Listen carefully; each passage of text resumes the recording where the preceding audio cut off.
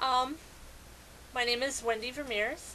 I'm also known as Wendy Lady, also known as Nerd Rage amongst my roller derby friends. I skated for Slaughter County Roller Vixens for 3 years and recently lost my job in insurance, so I'm on hiatus until I can figure that out. Um, until I can get my insurance back, I still do derby related stuff, doing a few things here and there for my own league and score presenting or score whoring for the Dockyard Derby Dames in Tacoma, Washington. That started a few years ago when they asked for a score whore. That's the girl who skates around with the score on a whiteboard. And since their venue didn't have a scoreboard, they needed one.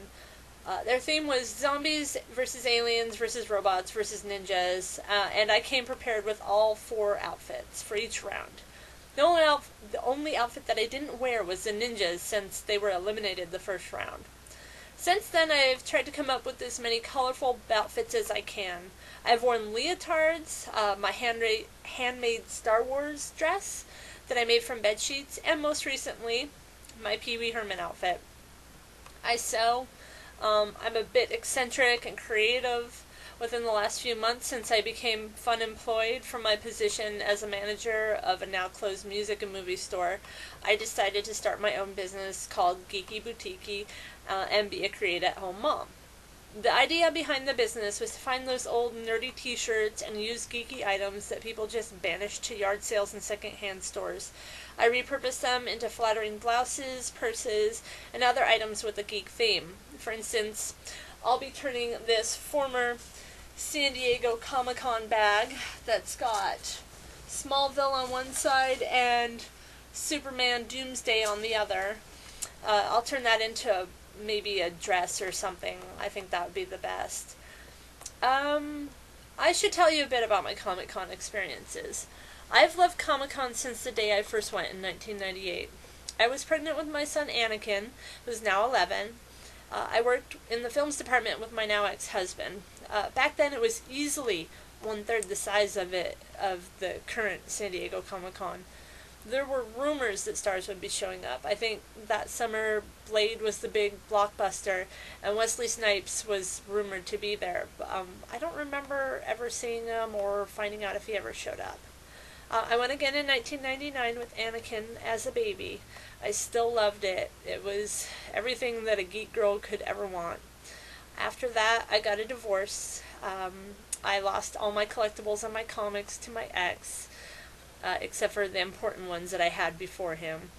I became a single mom of 2 children, adding my son Kal-El to the bunch. Yes, Kal-El as in Superman. And yes, Anakin as in Star Wars. I went to school for graphic design, and I came back to Comic-Con in 2005 with a press pass when I had designed a fan site for Robot Chicken. Comic-Con had grown immensely. There were no longer rumors about stars showing up. It was a guarantee. Although you had to stand in huge lines, including camping out in Hall H if you wanted to see one of the big movie previews later that day. I think the most frustrating thing was that after that first year that I had a press pass, it became almost impossible to get into any of the panels that you wanted to get into in advance. You basically got sent to the back of the line if you even tried to get your way in, or you had to barter your way into the line with someone. It had become a very frustrating time.